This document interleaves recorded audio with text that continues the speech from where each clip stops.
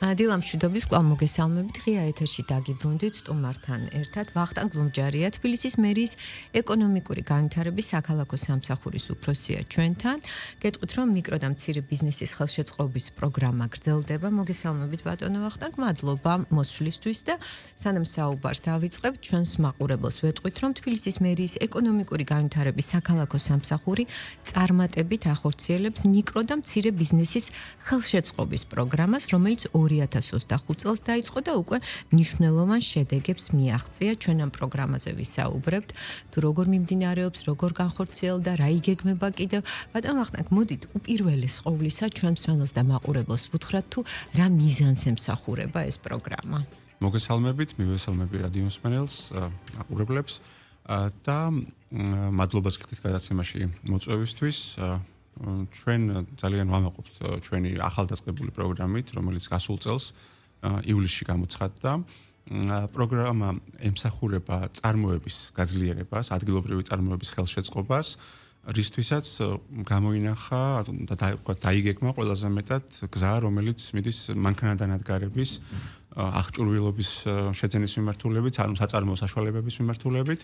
თანადაფინანსებით შესვლაში მწარმოებლებთან ჩვენ ხანგრძლივი მრავალწლიანი კომუნიკაციის შედეგად რამდენიმე პრობლემა იყო გამოყოფილი და იდენტიფიცირებული მცირე და მიკრო ბიზნესთან, ასევე საშუალო ბიზნესთან კომუნიკაციის შედეგად და ჩავთვალეთ, რომ ყველაზე დიდი დახმარება ამ ეტაპზე და ყველაზე ეფექტური გამოყენება ჩვენი ფინანსური სახსრების იქნებოდა სწორედ იმ საწარმოო საშუალებების შეძენა, რომელიც ადგილობრივ მეწარმეებს დაეხმარებათ აწარმოონ უფრო ხარისხიანი პროდუქცია, მაგალითად უკეთესად დამუშავებული ტყავის მასალა, უკეთესად დამუშავებული ხის მასალა, რომელიც უფრო მეტ კონკურენციაში შევა შემოტანილ იმპორტულ პროდუქციასთან და ასევე წახალისდეს არ მარტო იმპორტი ჩავანაცვლოთ, არამედ წავახალისოთ საექსპორტო პოტენციალიც. გამომდინარე იქიდან, რომ ძალიან ნიჭიერი მეწარმეები არიან, მათ შორის ისინიც, ვინც შეირჩენ, ძალიან კმაყოფილი ვართ ჩვენი მონიტორინგის პროცესით. უმაღლესი ხარისხის პროდუქცია ვიხილეთ ჩვენ ადგილზე და გვინდა რომ კიდევ უფრო გავზარდოთ ამ პროდუქციის წარმოება, ან გავზარდოთ ამ წარმოებული პროდუქციის ხარისხი, ან ორივე ერთად. ჩვენ გულისხმობთ, რომ ბევრ შემთხვევაში ორივე ერთად, როგორც ხარისხი, ასევე რაოდენობა იქნება წახალისებული და ეს ადგილობრივი ეკონომიკისთვის იქნება ძალიან დიდი დახმარება, ამავდროულად დასაქმდება დამატებით ადამიანები, რაც ასევე ძალიან მნიშვნელოვანი სოციალურ-ეკონომიკური ფაქტორი არის ჩვენი ქვეყნის გაძლიერების. დიახ, და აი შერჩევა როგორ მოხდა და ვისთვის არის ხელმისაწვდომი ეს პროგრამა? ეს პროგრამა განკუთვნილია თბილისში რეგისტრირებული მეწარმეებისთვის, იგულისხმება როგორც ფიზიკური, ასევე იურიდიული პირები, რომელთა ბრუნვას არ აღემატება 9 მილიონს. ან წლიური ბრუნვა არ უნდა აღემატებოდეს 9 მილიონს, თუმცა ჩვენ ასევე გვქონდა მოთხოვნა ჩადებული, რომ მინიმუმ 2 წლიანი რეგისტრაცია ქონოდათ კომპანიებს.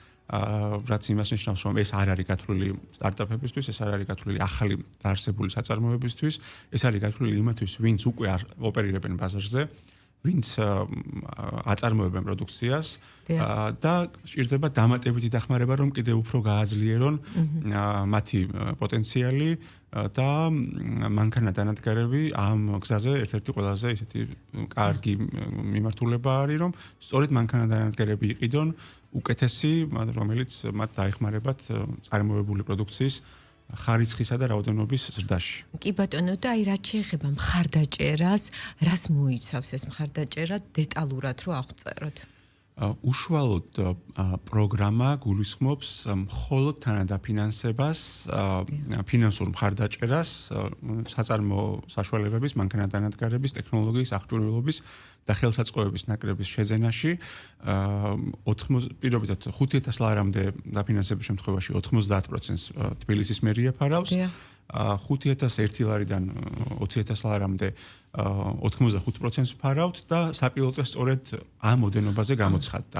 პირველად დავაკვირდით მაქსიმუმ 20,000 ლარიან დახმარების ფარგლებში, რამდენად მოთხოვნადი იქნებოდა პროგრამა, რამდენად მოთხოვნადი იქნებოდა და საჭირო იქნებოდა ჩვენი სუბსიდია და უკვე თითქმის დარწმუნებული ვართ, რომ იქნება დადებითი შეფასება ამ მიმართულებით. მარტის ბოლოს ჩვენ გავაკეთებთ საბოლოო შეფასებას, დასრულდება ყველა ჩვენს ბენეფიციართან ვიზიტი, პირველი ვიზიტები და ამის შემდეგ ჩვენ საშუალება გვექნება, რომ გადავხედოთ ჩვენს პოლიტიკას და თუ ჩვენ გვაქვს საშუალება რომ გავცეთ მათ შორის 50,000 ლარიანი დახმარებაც, თუ კი შეფასდა ბოლომდე დადებითად ეს პროგრამა, ჩვენ შევძლებთ რომ საპილოტო 20,000 ლარიანი უკვე გავზარდოთ რეალურად სრულმასშტაბიან პროგრამაზე, რომელშიც ჩვენ საშუალება გვექნება მათ შორის 50,000 ლარამდეც გავცეთ ფინანსური დახმარება, სუბსიდია, რაც ბევრად უფრო მეტ შესაძლებლობას მისცემს ბიზნესს და ბევრად უფრო მძლავრი მანქანადანადგარების შეძენა იქნება შესაძლებელი.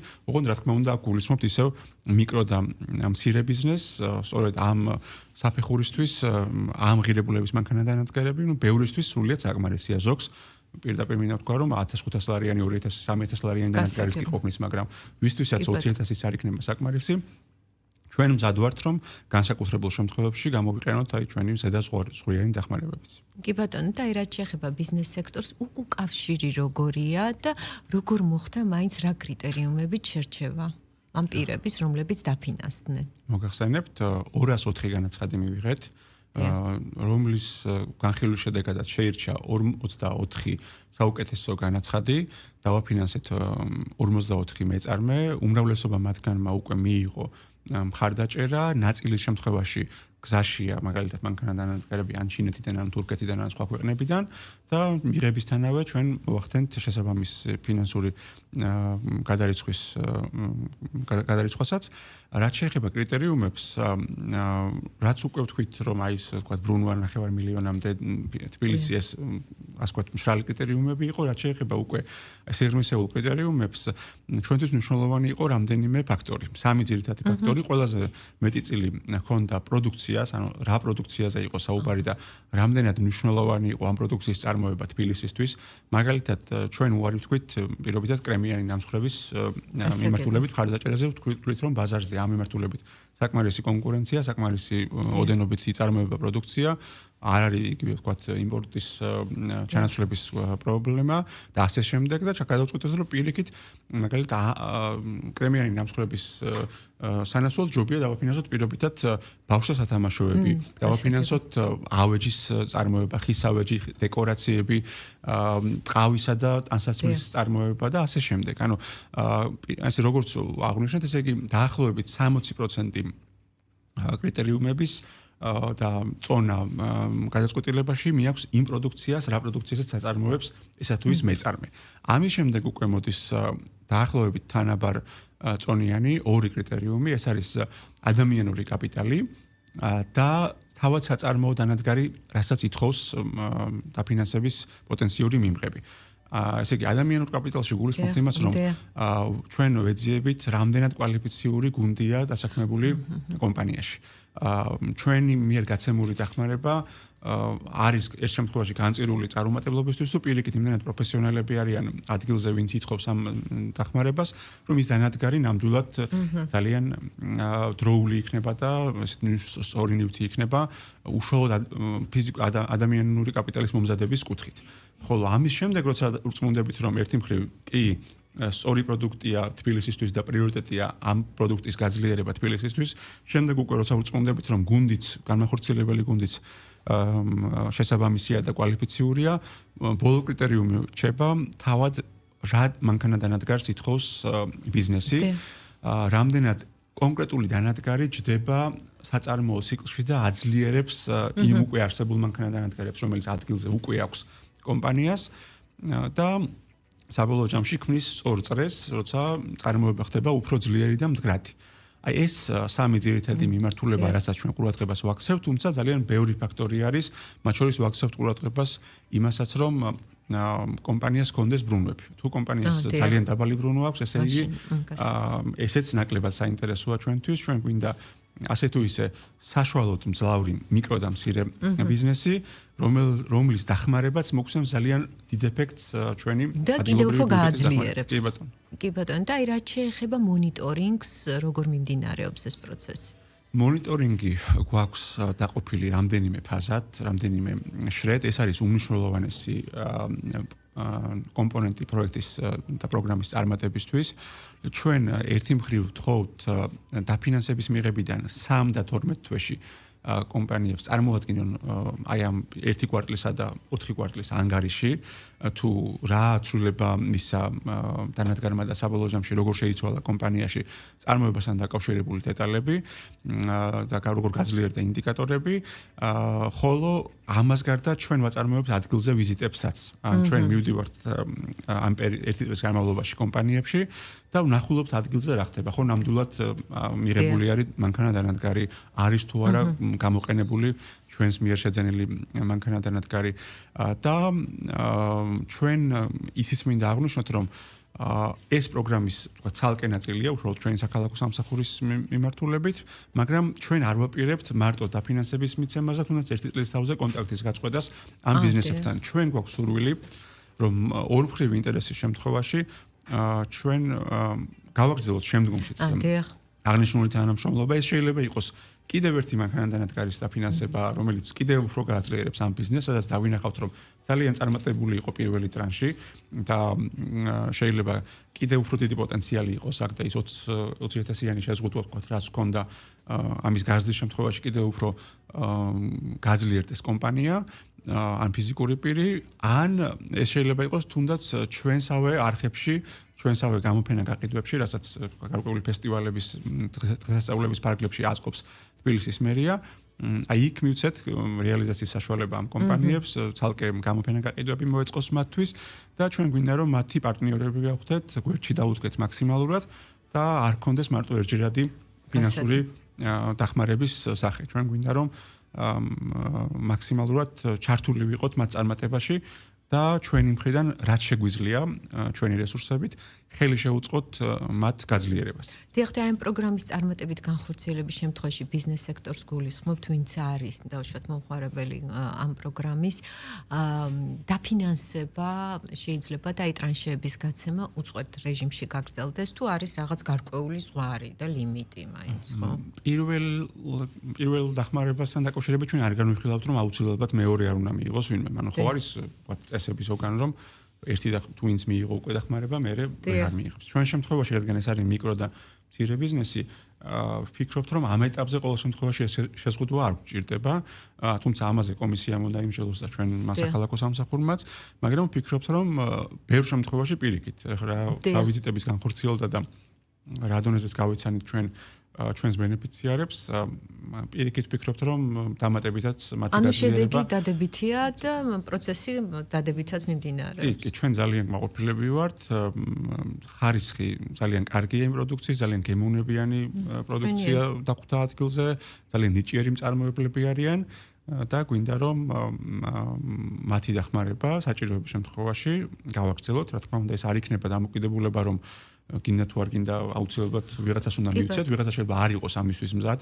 გაფართოებაც არის ძალიან საფრთხილო საკითხი. ბევრი ბიზნესი სწორედ გაფართოების მომენტში განიცდის წარუმატებლობას, ამიტომ თუ კი მომზადებული არ არის ამისთვის კომპანია, აქ სწორი ანალიზი უნდა გაკეთდეს და სწორი შეფასებები, მაგრამ როცა ჩვენ დარწმუნებული ვიქნებით, რომ დამატებითი დახმარება კიდევ უფრო გააძლიერებს კომპანიას, რატომაც არა. თუ ამისთვის გუნდი მზად არის, საწარმოო სიმძლავრეები და რეალიზაციის არხები მომზადებულია, რომ ვიცით, რომ არ იქნება პრობლემა და გაიყიდება დამატებით წარმოებული პროდუქცია, რომელიც შეიძლება კიდევ უფრო მაღალ ხარისხობრივად მაღალ დონეზე ავიდეს ახალი დანადგარის შემთხვევაში, ჩვენ აქ მოვახდენთ დამატებით დაფინანსებას. თუმცა, რა თქმა უნდა, ახალი ბიზნესებიც, რომლებიც ვთქვათ, ან ვერ გაიმარჯვეს პირველ ეტაპზე, ან ვერ წარმოადგენს საკმარისი დოკუმენტაცია, ან ისინი, ვინც ახლა მოგმართავენ, ყველა დანადგარს ძალიან გულისყურით შევისწავლით, განვიხილავთ და ვეცდებით, რომ ბიუჯეტში გამოიძებნოს რესურსი, რომელთაც მათ დავეხმარებით შემდგომ ეტაპზე, რომელიც სავარაუდოდ გამოცხადდება გაზაფხულზე, გვიან გაზაფხულზე, მარტის ბოლოს შეფასება დასრულდება, ამის შემდეგ უკვე დავგეგმავთ ახალი განაცხადების მიღებას და ვფიქრობთ, რომ აი რა ვადებში უნდა შემოვიდეს განაცხადი, რომ არ დააგვიანდეთ შემდეგ. გამოცხადებიდან ერთი თვე იქნება, რომელიც სრულიად საკმარისია. მთავარია, რომ ამ ერთ თვეში მოიძებნოს შესაბამისი დოკუმენტაცია, სამწუხაროდ ბევრ კომპანიას ქონდა წარმოქმნილი არასრული განაცხადი, თუნდაც ელემენტარული ხა პირადობის მოწმობის ასლის მიკვრად, რომელიც არ წარმოადგენს პრობლემას.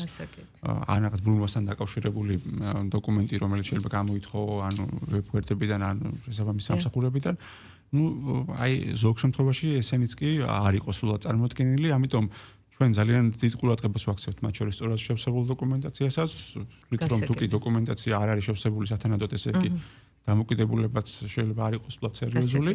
ამიტომ, მაგრამ თუ კი კარგი განაცხადია და ამავდროულად ნამდვილად კვალიფიციური გუნდი ახორციელებს პროექტს, პირიქით ძალიან ბედნიერები ვართ მთელი გუნდი, როგორც აპარატი, ასევე კომისიის წევრები, რომ გვაქვს საშუალება გვერდში დაუდგეთ მეწარმეებს, სწორედ იმ მიმართულებით, რაც მათ ყველაზე მეტად გააძლიერებს და ვთვლით, რომ საწარმოო საშუალებები ერთ-ერთი უმნიშვნელოვანესია აი ამ ნაწილში. დიახ და მიკრო და მცირე ბიზნესის მხარდაჭერა, ზოგადად ქალაქის ეკონომიკური განვითარების წინაპირობაა, რა თქმა უნდა. 2025 წელს აღნიშნული პროგრამის განხორციელებისთვის დედაქალაქის ბიუჯეტიდან 600.000 ლარამდე გამოიყო და როგორც თქვენ აღნიშნეთ, გრძელდება დაფინანსება და უკვე გაზაფხულზე, ესე იგი მარტის თვეში ხელახლა მიიღებთ განაცხადებს და ბიუჯეტი გაიზრდება, მზარდია? განმარტავთ, დეტალს შემოვიტან, რეალურად თავიდან ჩვენ გადაწყვეტილება გვქონდა მიღებული, რომ საპილოტო ყოფილიყო 300.000 ლარის ფარგლებში. მაგრამ იმდენად კარგი განაცხადები მივიღეთ, რომ აი გული გწყდებოდა, რომ ვერ მოგვეხერხებინა რესურსის გამოძებნა, ჩვენ გამოვძებნეთ რესურსი ადგილობრივ ბიუჯეტში და გავზარდეთ თითქმის ორჯერ, 9 მილიონ ლარზე მეტი, თითქმის 600.000 ლარამდე გამოიყო პირველი 44 კომპანიისთვის.